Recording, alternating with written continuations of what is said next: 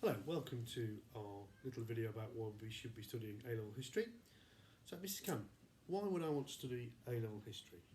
Well, studying history is really important because obviously it develops quite a number of skills, particularly the skills of analysis and developing an argument and presenting an argument. It's really important to understand where we have come from, and obviously what's gone on before shapes our life that we live in today. So I would say that history is really relevant, particularly in the modern world. All right, okay, so what sort of skills am I looking to get out of history? Well, it's a number of skills that you probably would fully develop during your study of A-level history. For example, particularly your skill of independent research skills, taking in lots of information and being able to reach a valid judgment, the ability to present an argument and to persuade people of your point of view is very important.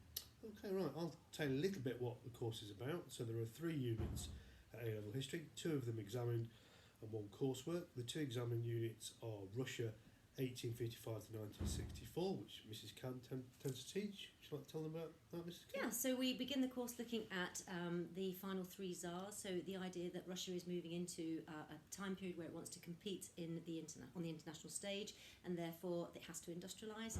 That means that the system that's in place, a system of autocracy, where you have a single czar that is ruling the country, they're trying to preserve that old way of life. And unfortunately, if you are industrialising, that is going to put pressure on that.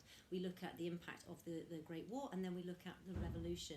We then look at a period of the communist experiment with Lenin and eventually Stalin, and obviously how Stalin then tries to impose his will upon the Russian people. And finally we end with Nikita Khrushchev, who goes through a time period of looking at how to de-Stalinize Russia because he feels that perhaps communism has lost its way.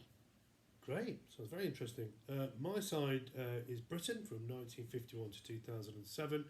So it's really when Britain becomes a modern country. So we look at the impact of the Second World War, rationing is still going on, austerity in the 50s, that comes to an end. Churchill is elected for the first time in 1951 as Prime Minister, despite being the wartime Prime Minister, he'd never been elected before.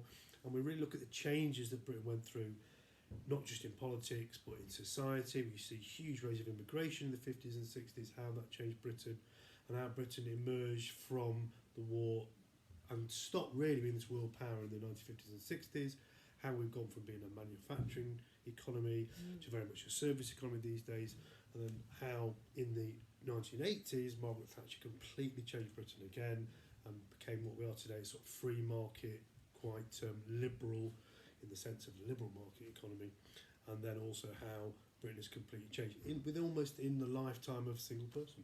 Yeah, fascinating.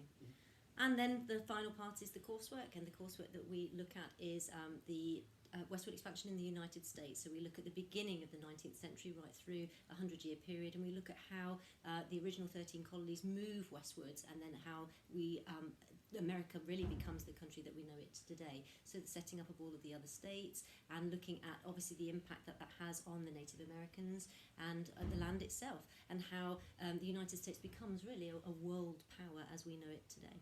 Okay, and that coursework is completed during year 13. So there's only 2 exams in history.